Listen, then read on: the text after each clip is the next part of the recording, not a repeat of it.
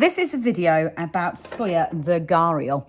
So this is the hand-dye version, which obviously is a self-patterning yarn, and I'm just going to be remaking it here in stone so I can show you a few of the techniques that are used in this pattern.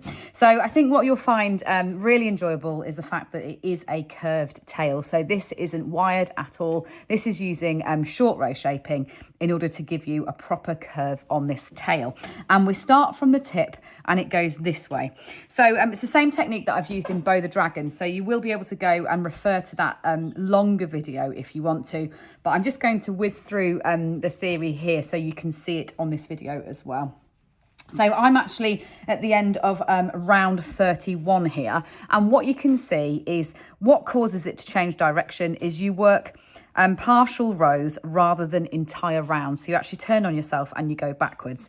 Now, anyone that might have made Bow the Dragon will know that often I'll give you a choice between invisible and non-invisible rows when you're doing something like this, and that just means that you won't see these ridges where you turn around. But in this instance, I actually really like the addition of the ridges on the tail, so I haven't even mentioned invisible. I've just gone straight in with turning around and working normal rows. You could opt to do the invisible technique if you want to. So I'm here at the end of round 31. So I'm going to do a section of rows, and that's all I really want to show you. So I'm going to pull my stitch marker up like that, and what I'm going to do is DC 12,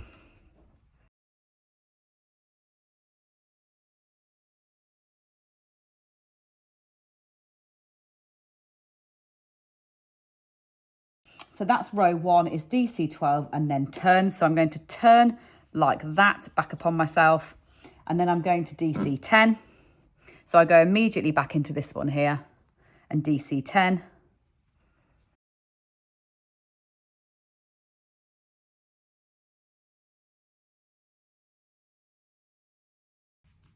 And then turn again, and then DC 15 right the way back round to your stitch marker. So you turn again and you go immediately into here. 1, 2,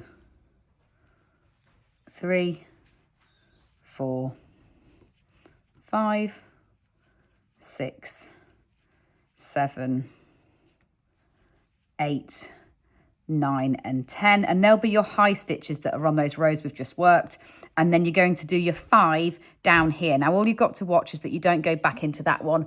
That one's already been worked there. Do you see? It's actually this one over here that you'll do your 11, 12,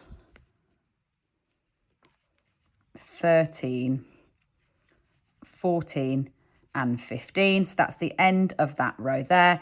Then you're back onto rounds, and all you've got to watch is the fact that you'll need to do a bit of a step up to start round 32, and that's because you're going to be going in up here eventually. So you've worked that stitch there that our stitch marker's in, you do your 1 and 2 from down there, and then you're going to go up into that stitch there that's on the end of that row section, and just keep it nice and tight so you don't get a hole. And that's you then back in doing your rounds. And actually the one that I've just done there to show you, that's the last of your short row shaping that you'll be doing. From then on in, you'll just be working the body in one piece. So the next thing that I just want to show you is how to joint these legs. So what you're doing here, I've used this technique before in both a gargoyle and in a couple of frogs, is we're going to joint these legs. So that means they fold over at these really nice angles when you're positioning your make afterwards. And in order to do that, what you'll do is you'll get to the, so you'll make the top of the leg.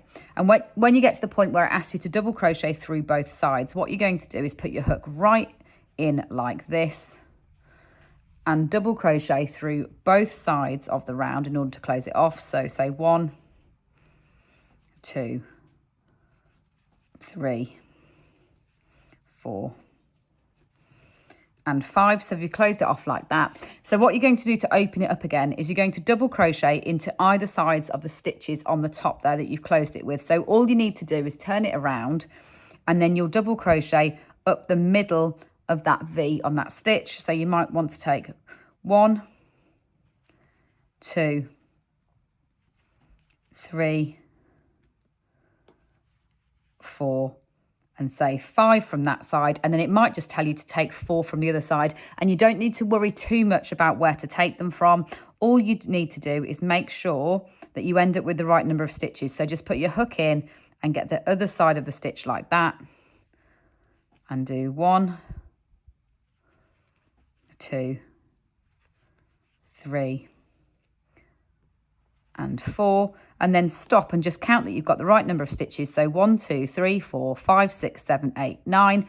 Pop your stitch marker in, and that's you then going on your new round. And what you'll find is that creates a lovely joint and fold in your leg. So everything else you'll have done before technique wise, and you're going to be doing some make bobbles at the end of the snout here. And what I have said in the pattern is in order for it to line up nicely, because this is obviously a very big piece of crochet from start to finish, is just pay attention when you're doing these last bobbles. You do want to you want them to sit perfectly on top like that. So to my attention, that's a double crochet 4 before you work these 3 bobbles, but you can always make that a double crochet 3, a double crochet 2, just to make sure that you get those bobbles right on the top in the center. Now I'll give you a good look at these teeth. It's intentionally goofy, using different lengths of slip stitch spines so that you get that really goofy effect on the front. So have a good look at mine like that. I've just worked them on the underneath there. Only last thing really, I'll give you a close up on these claws, because what you're doing is once you close off these feet with a little bit of stuffing in the end, is you'll just be using different lengths of stitches again. So a combination of half trebles and trebles in order to put these lovely toes on the end of the feet.